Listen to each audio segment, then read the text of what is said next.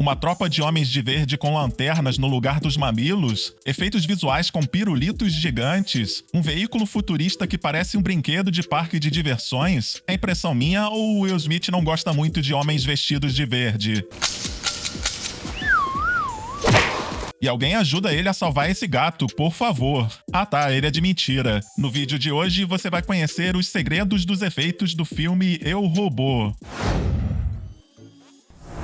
A tarefa de adaptar Eu, Robô, a coletânea de contos de Isaac Asimov, representou diversos desafios para as equipes de efeitos na criação de um mundo futurista onde robôs seriam o principal foco. O diretor Alex Proyas sabia que para o filme funcionar era essencial acertar no desenvolvimento do Sonny, o robô principal. Para isso, ele chamou o designer de produção francês Patrick Tatopoulos, que trabalhou com várias inspirações, como a elegância e a aparência humana do robô do clássico Metrópolis, de Fritz Lang, a transparência e o aspecto de computador do futuro do design de um iMac e até imagens tradicionais de anjos que serviram como referência em traços do rosto. A intenção era se afastar do visual ameaçador de outros robôs do cinema, porque ele deveria parecer algo que as pessoas querem ter por perto. A solução encontrada foi revestir uma armadura mecanizada com elementos semi-transparentes. Robôs maus teriam mais transparência e uma luz vermelha interna, ajudando a diferenciar.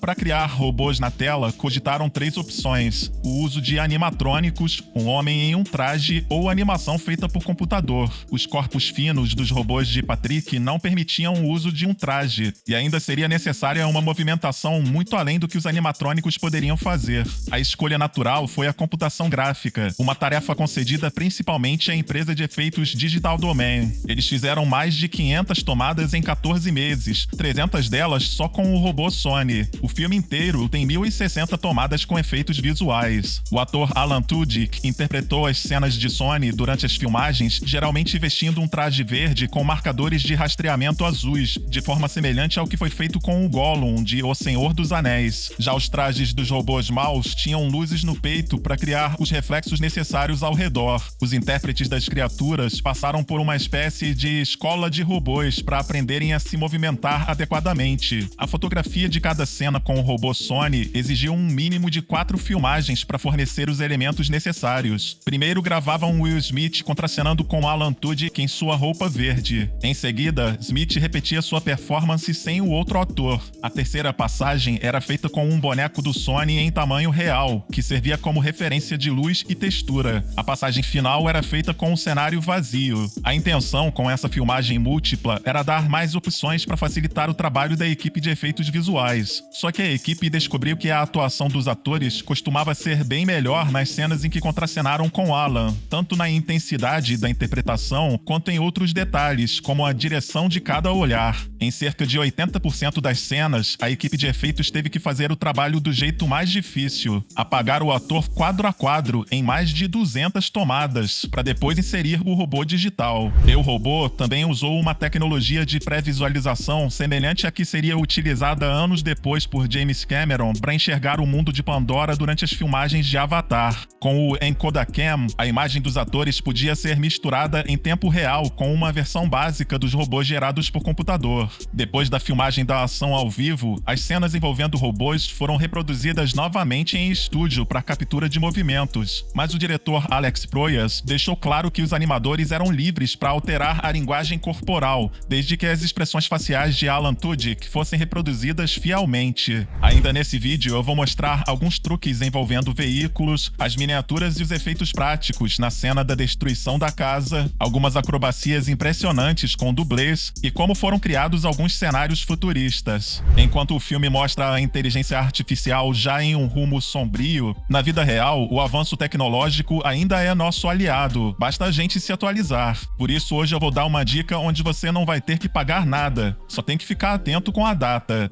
Você já deve ter notado que não se fala em outra coisa no mundo corporativo além de inteligência artificial, não é mesmo? Inclusive, já é assunto recorrente aqui no canal. E se eu te contasse que em apenas uma semana você pode aprender isso em um curso gratuito? A jornada Inteligência Artificial da Hashtag vai ensinar as principais inteligências artificiais do mercado. Você vai aprender a aumentar a sua produtividade e se tornar uma referência na sua empresa, usando ferramentas poderosas como ChatGPT, Copilot, Bardin, Gama e muito muito mais. Você vai aprender a colocar a inteligência artificial para automatizar tarefas repetitivas e complexas, ganhando tempo livre para focar nas tarefas mais importantes que vão fazer você se destacar na empresa. Esse curso não tem enrolação não, vai direto ao ponto. É prático, não exige que você tenha conhecimento prévio de IA e nem que saiba programar, não vai ter nada de programação. E você vai sair na frente, aprendendo a usar as melhores tecnologias do jeito certo, enquanto a grande maioria das pessoas ainda tenta entender por onde começar, ou não sabe usar da melhor forma no dia a dia do trabalho. Se você quer dominar as melhores tecnologias de IA do mercado para conseguir crescer na sua carreira, fica atento, porque a jornada da inteligência artificial da Hashtag vai rolar dos dias 14 a 17 de julho, sempre às 19h30.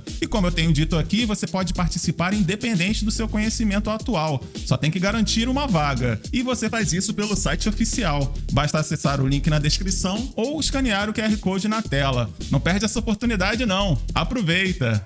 Voltando a falar de Eu, Robô, a cena da destruição da casa do Dr. Lenin envolveu diversos efeitos práticos, incluindo miniaturas, além de um robô feito principalmente de aço e acrílico, com mais de 180 quilos e quase 5 metros de largura, que depois também ganharia uma versão digital. A equipe construiu 3 versões de cada modelo da casa que seria destruído. Com o prazo muito apertado, eles destruíam uma parte do modelo e, enquanto aguardavam a aprovação do resultado, já preparavam outro modelo para uma nova tomada, ajustando câmeras e luzes, para dar tempo de registrar 2 ou 3 tomadas por dia. Um dos maiores desafios era que tudo tinha que ficar perfeitamente alinhado com a imagem do ator. Já a fuga do personagem do Will Smith foi filmada em um cenário com fundo verde, que seria expandido digitalmente e combinado com a miniatura. Ele foi montado em cima de uma plataforma de 9 por 9 metros com um sistema de trepidação. Em alguns momentos, a própria equipe arremessava detritos cenográficos no ator, e como eu disse no início do vídeo, até o gato tinha uma espécie de dublê. A cena da perseguição na autoestrada subterrânea teve efeitos visuais executados pela Weta Digital, que criou todo o ambiente do túnel. Eles incluíram milhares de luzes próximas para vender a ilusão de grande velocidade. Os robôs que atacam o carro de Spooner foram criados pela Weta usando o modelo da Digital Domain. Will Smith também foi filmado em um veículo cenográfico sendo atacado pelos intérpretes dos robôs, que em seus trajes verdes não parecem tão ameaçadores assim. A cena foi repetida em um estúdio de captura de movimentos. O carro do protagonista, com seu conceito de rodas esféricas que permitiam movimento em todos os eixos, foi criado com a ajuda da Audi. Nas cenas de bastidores, é possível ver uma versão prática do veículo em cima de uma plataforma móvel, onde os atores foram filmados. Essas esferas, seguradas pelos atores, são objetos usados pela equipe de efeitos visuais para captura de referências de luz e ambiente para ajuste dos elementos digitais. Outro exemplo de cena envolvendo um veículo usando técnica semelhante é aquela em que o protagonista salta com a moto. Will Smith aparece nas imagens de bastidores pendurado em cabos em frente a um fundo verde e ainda faz uma graça com o Matrix antes de chegar no chão. Essas cenas, que envolveriam complementos digitais, foram feitas para serem alternadas com uma manobra muito mais complexa, feita pelo dublê do ator andando de moto e pulando em uma rampa, também apoiado por cabos. Em outras cenas, o uso de cabos também garantiu que atores e dublês desafiassem a gravidade com segurança. A rebelião dos robôs também contou com efeitos da Weta Digital e teve várias cenas com robôs controlados pelo sistema de multidões Massive, que ficou famoso quando usado em O Senhor dos Anéis. A princípio, Alex Proyas ficou apreensivo com as sequências totalmente virtuais, mas o resultado final teria sido considerado tão realista que convenceu o diretor. Inicialmente, a história do filme era ambientada no ano 2080 e havia planos de basear a produção em Sydney, principalmente no Estádio Olímpico, pela sua arquitetura despojada e futurista. Mas o estúdio decidiu mudar o local de produção para Vancouver, o que fez alterarem a ambientação da história para Chicago de 2035. A intenção era fazer uma cidade futurística e ainda assim familiar, o que permitiu o uso de locações reais, embora ligeiramente modificadas. Com um orçamento estimado em 120 milhões de dólares, Eu, Robô arrecadou nas bilheterias mundiais quase 3 vezes o valor do seu custo de produção. Mas apesar do bom desempenho, o filme nunca recebeu uma continuação direta, mesmo com Will Smith dando sinais de que toparia voltar. Ainda assim, sua mistura de ação, ficção científica e dilemas éticos sobre inteligência artificial continua sendo lembrada até hoje, por motivos óbvios. Eu, Robô não é só um thriller futurista, é um alerta.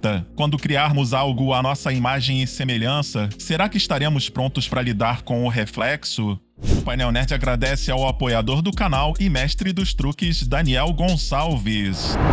E aí, gostou do vídeo? Então deixa seu comentário aqui embaixo. Não esquece de deixar seu like ou dislike, o importante é participar. Um grande abraço e até a próxima!